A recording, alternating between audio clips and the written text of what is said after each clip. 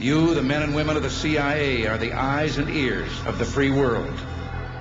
You are the tripwire. CIA is a state-sponsored terrorist association. You don't look at people as human beings. They're nothing but pieces on the chessboard. Secrecy in this work is essential. Achievements and triumphs can seldom be advertised. Shortcomings and failures often are advertised. No one really knows all of the things that CIA does. They pretty much have carte blanche, and they have an enormous amount of money.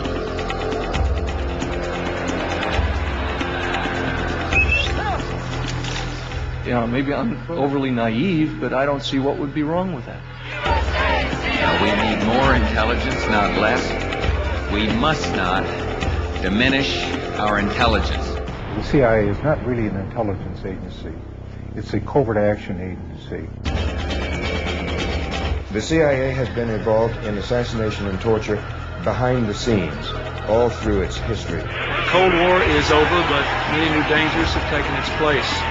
The decisive advantage the United States intelligence provides this country is therefore as important as it has ever been.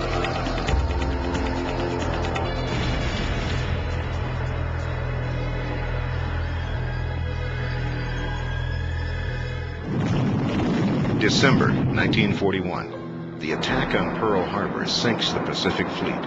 Military intelligence is in shambles. The dawn attack becomes the crucible on which the modern spy culture is born.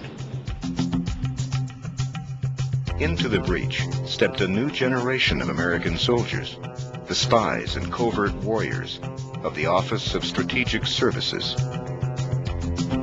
They battled the Japanese and Germans behind the lines in an underworld of sabotage and psychological warfare.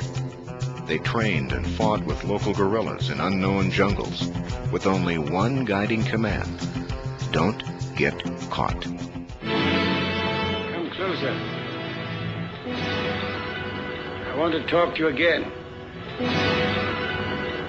I have a more astonishing tale to tell, almost incredible. Shrouded in the mystery of Oriental ways, mysterious, sinister, we were little men from Japan. It was a simpler time when the nation's enemies were clear. Washington and Hollywood swept into action, inventing the popular culture that has surrounded espionage for half a century. Swine. The mystery, the adventure, the romance. The simple stereotypes of the enemy. Hello, hide pockets. And the fearless hero. You guys have been looking for a war, haven't you? That's right, Rick. That's why we're starting it. You may start it, Joe, but we'll finish it.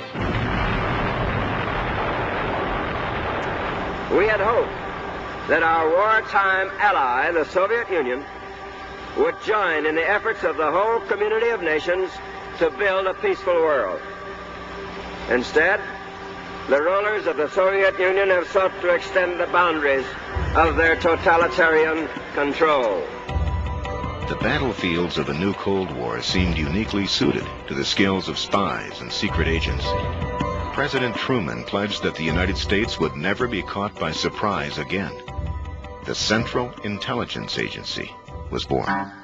It was considered the Cadillac of government agencies, and they mostly hired from Ivy League colleges. The cost of freedom is always high, but Americans have always paid it. And one path we shall never choose, and that is the path of surrender or submission. The public embraced the cloak of secrecy that the CIA wrapped around itself. The government didn't know I was working for the government. They told me not to tell anyone, not even my mother. I couldn't tell my children. My wife didn't even know what I was doing. Who were these agents? And what were they doing in Guatemala and Iran? How did patriotic Americans from Main Street neighborhoods get caught up in the overthrow of foreign governments? What were they doing in places like Ecuador and Vietnam, where the CIA organized torture and assassination?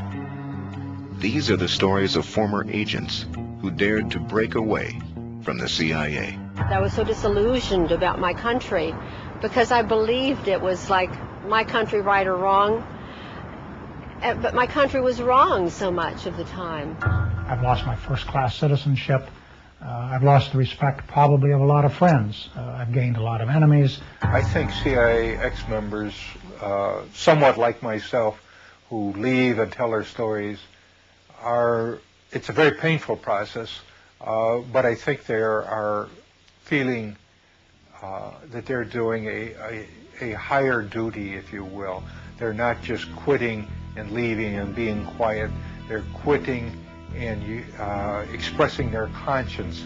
Here is something that we've done that is terrible, and here's something that must be stopped.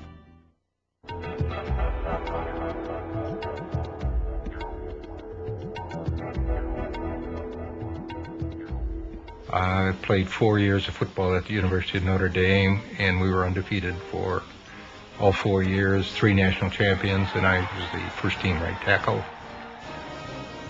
So once when I was cut from the Green Bay Packers, I was recruited by the agency, and I kind of wondered why they recruited me. But when I got down to Washington, I found out that most of those in my class were rejects from the National Football League. I went to an interview at the Chicago courthouse by a man who didn't identify himself or the agency that he was recruiting for, and he said that what I would be doing would be involved in fighting communism. 800 million people, 1/3 of mankind, exist under communist tyranny without the God-given rights of freedom and human dignity. Of course, at that particular period in 1952, this was so much a part of our everyday life. And I said, yes, I very much wanted to be a part of it, very proud to be a part of it. My career in the agency began in 1952, and I stayed in the agency through 1977. In the entire 25 years, I was in the Director of Operations, or also known as the Dirty Tricks Department.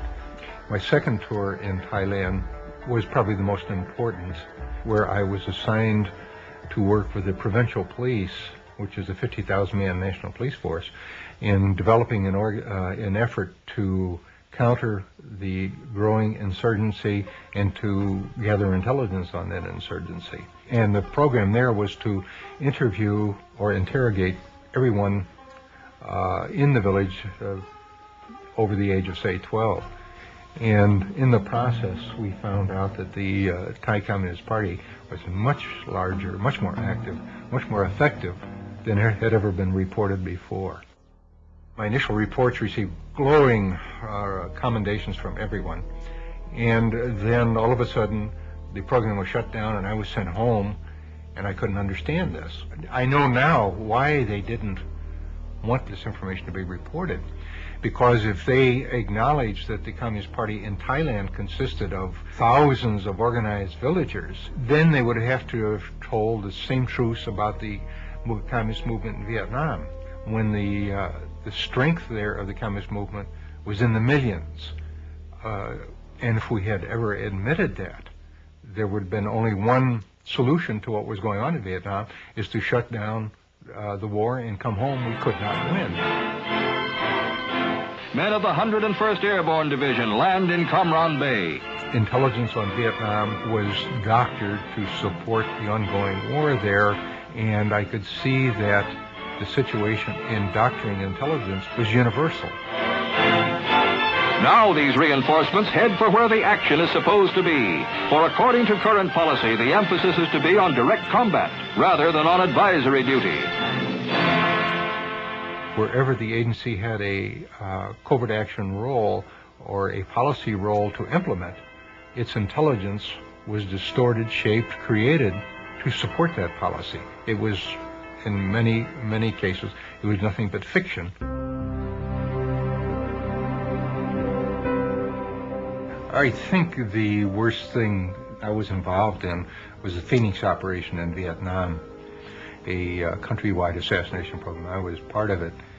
This was a program started by the CIA, funded by the CIA, recruiting people for the operation, training them to go out and kill or capture the Viet Cong. I came to realize later that we were shooting fish in a barrel, that most of the Vietnamese supported the other side and we were the intruders, and the Vietnamese were fighting for their own liberation from foreign domination. I went out to Vietnam to help save Vietnam for democracy. And when I saw photographs of the children bombed and napalmed and burned by operations, this caused for me a tremendous trauma. And I, for a number of months, contemplated suicide as my only out. This, of course, was never. I finally got over that effort and thought, well, what I should do with my knowledge is try to bring this knowledge to the American people, so that there won't be further Vietnams, there won't be further abuses. And since that time, I've dedicated my life to exposing the agency. The CIA called him an analyst with few peers. Well, upon leaving the CIA, this man wrote a book about it called Deadly Deceits. And now he has compiled a one-of-a-kind database resource on the subject called CIA Base. Please, a big welcome for Ralph McGehee. I feel that I am doing what I should be doing, and in that sense I'm happy. I am not happy in the sense that no amount of criticism of the agency, no amount of revelation of its dirty deeds, no amount of exposure of the weaknesses of the agency has weakened the CIA. But I do feel that at some point all of this is going to be impact on the awareness of the American people, and at that time there will be an attack on the CIA. I considered myself a good spy.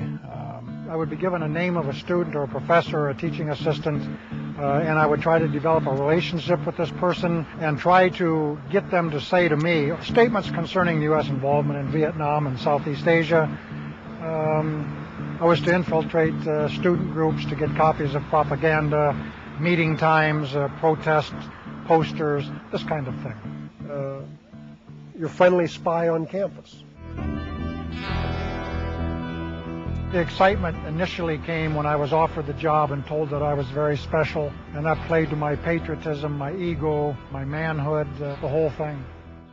It was 30 years ago, almost this month, that I was a senior on the Iowa State University campus, ready to get my aerospace engineering degree, and wondering what I was going to do in light of the nation's deepening involvement in the quagmire of Vietnam. There were anti-war demonstrations on college campuses and in cities from Los Angeles to Washington. Draft card burnings became common, and the chant of "Hell no, we won't go" was the theme of the protest generation. It was then that the CIA appeared on campus and they began their largest illegal domestic operation in history, called Chaos. The FBI and Hoover thought U.S. college student demonstration against the Vietnam War was being manipulated and funded from abroad. President Johnson didn't believe it, so he actually authorized the CIA to start an illegal covert operation inside the country. And I became the eyes and ears of the CIA on the Iowa State University campus. Iowa State University. The opportunities are here. I initiated files on students of my own interest, even without the CIA's knowledge. There was this young lady who caught my eye on campus, and I tried to date her, and she refused. So I initiated a file on her, and that was personally for my own benefit. I did that for my senior year, and on graduation, I thought my responsibilities at the agency would end when I went to work for McDonnell Douglas in St. Louis. But it didn't work out that way, and eventually I was assigned to Canada.